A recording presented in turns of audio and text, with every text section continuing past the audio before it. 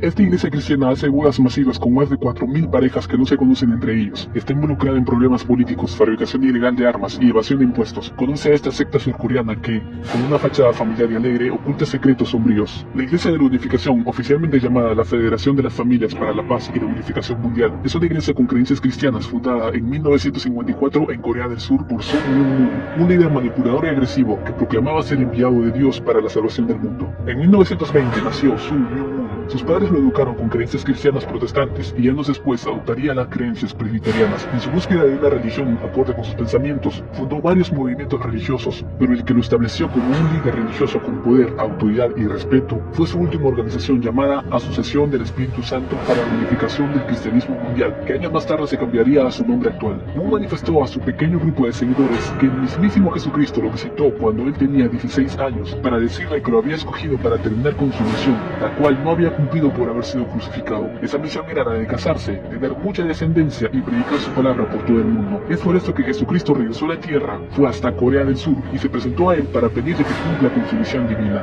De hecho, Moon expresa que se negó a Jesús varias veces, pero debido a su insistencia él aceptó. A los 40 años se casó con una joven, Han Jang-han, de tan solo 17 años, quienes lideraron esta iglesia y se autoproclamaron los padres verdaderos, los únicos autorizados en interpretar correctamente la Biblia, los reyes del mundo, los escogidos por Dios con la autoridad de hacer y deshacer lo que les apetezca. En 1970 la iglesia cambia su sede a Nueva York, Estados Unidos, y gracias a las estrategias de manipulación en sus proselitismos, la iglesia se expande mundialmente y el número de seguidores creció exponencialmente. La iglesia se mantuvo en pie gracias a las donaciones de sus seguidores. Ellos debían pagar una especie de suscripción mensual para permanecer en la iglesia. Además, Moon pedía donaciones, las cuales las invertía en portafolios diversificados y para crear negocios diversos, desde cadenas de comida asiática hasta la fabricación ilegal de armas. Todas estas estrategias empresariales de Moon le permitieron convertir a su pequeña iglesia en un imperio multimillonario. Como mencioné anteriormente, la iglesia tiene creencias cristianas. Su libro canónico es El Principio Divino, escrito por Moon, que contiene sus enseñanzas y doctrinas. Creen que todo está permitido mientras se defienda la reputación de la iglesia. Esto significa que está permitido mentir, hacer daño o cometer cualquier delito con tal de cumplir con los propósitos de Moon y la iglesia de la unificación. Este último principio fue un arma de doble filo, ya que Moon fue enjuiciado y encarcelado por más de un año por evasión de impuestos en 1984. Al salir libre, fue mucho más manipulador y cuidadoso que nunca. Tuvo alianzas con ONGs, donó grandes sumas de dinero a fundaciones benéficas e hizo alianzas políticas con muchos partidos surcoreanos. En 2012, Moon falleció de neumonía y después de las ceremonias fúnebres empezó una guerra civil entre sus 10 hijos por la herencia y sucesión. Sin embargo, nadie pudo con la reina Han Jang-han, quien tomó el mando y el poder de toda la iglesia.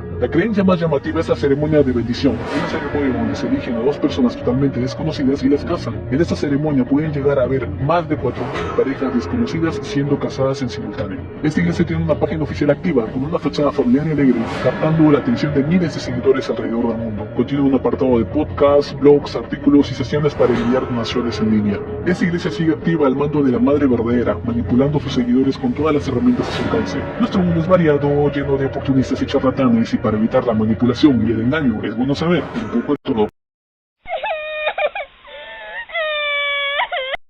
La secta de los Niños de Dios, fundada por David Berg en la década de 1960 en California, se autodenomina como una organización cristiana que promueve la paz, el amor y la unidad.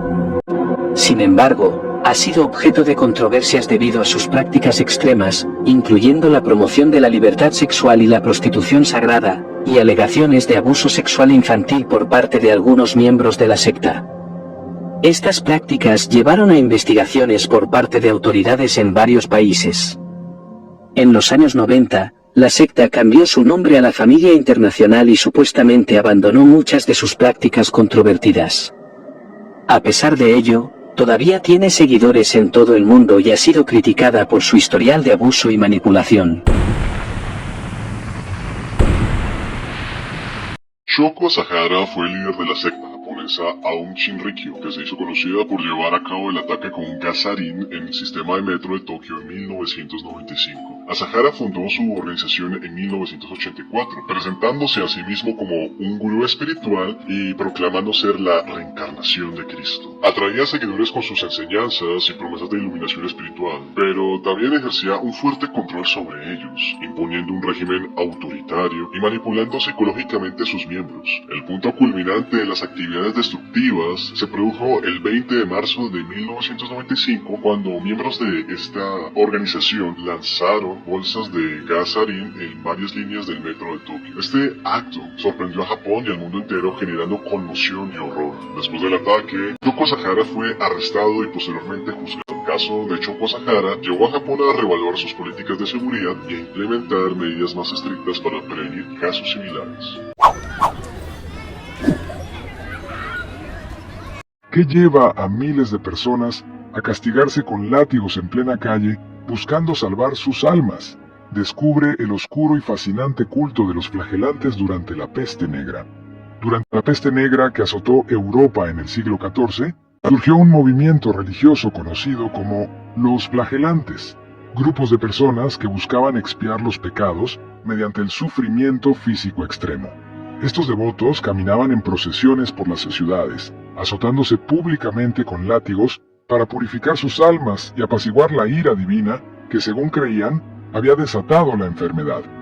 Su culto al sufrimiento no solo era una expresión de fe, sino también una manifestación de desesperación colectiva frente a una crisis que la ciencia y la medicina no podían explicar ni controlar. Sin embargo, con el tiempo, la Iglesia y las autoridades comenzaron a ver a los flagelantes como una amenaza, ya que sus acciones desafiaban el orden establecido y promovían supersticiones peligrosas. Aunque fueron reprimidos, su influencia dejó una marca profunda en la mentalidad medieval, reflejando cómo el dolor y la penitencia se convirtieron en símbolos de esperanza y redención en una época de oscuridad y muerte masiva. Este fenómeno revela el complejo vínculo entre la religión, el miedo y la búsqueda humana de sentido en medio del sufrimiento.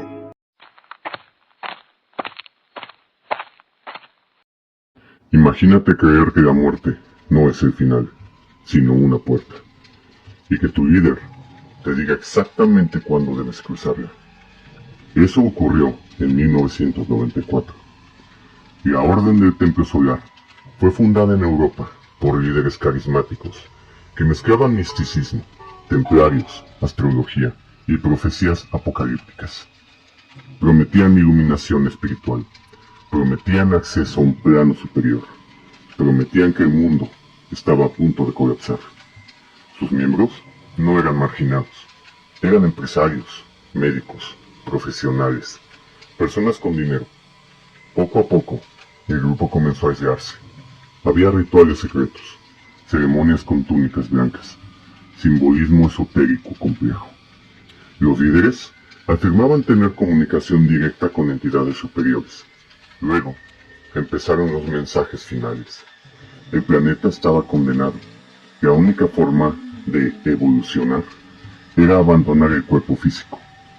En 1994, en Suiza y Canadá, varios miembros fueron encontrados sin vida en escenarios cuidadosamente preparados.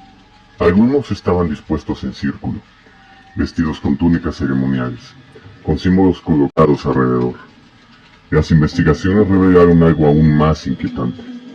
Algunos creían realmente que estaban realizando un tránsito. Otros posiblemente no tuvieron elección. En los años siguientes, ocurrieron más eventos similares vinculados al grupo. No fue un acto impulsivo, fue planificado, ritualizado, justificado espiritualmente. Lo más perturbador no es que creyeran en el fin del mundo, es que creían que estaban haciendo lo correcto. ¿Hasta dónde puede llevarnos la fe cuando alguien redefine la realidad? Los leo en los comentarios.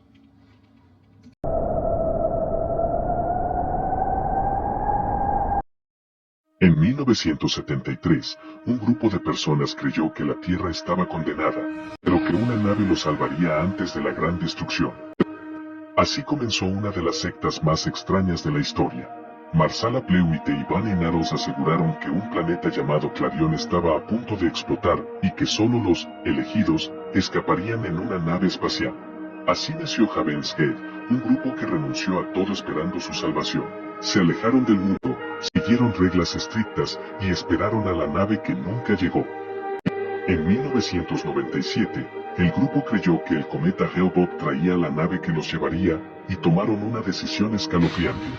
Siguiendo las órdenes de su líder, 39 miembros se vistieron con túnicas moradas, bebieron una mezcla letal de barbitúricos y alcohol y se recostaron en sus camas esperando ascender.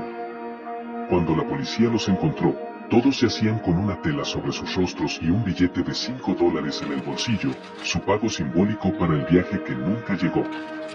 Creyeron en un planeta que nunca existió y pagaron el precio. A veces, es mejor cuestionar antes de seguir ciegamente.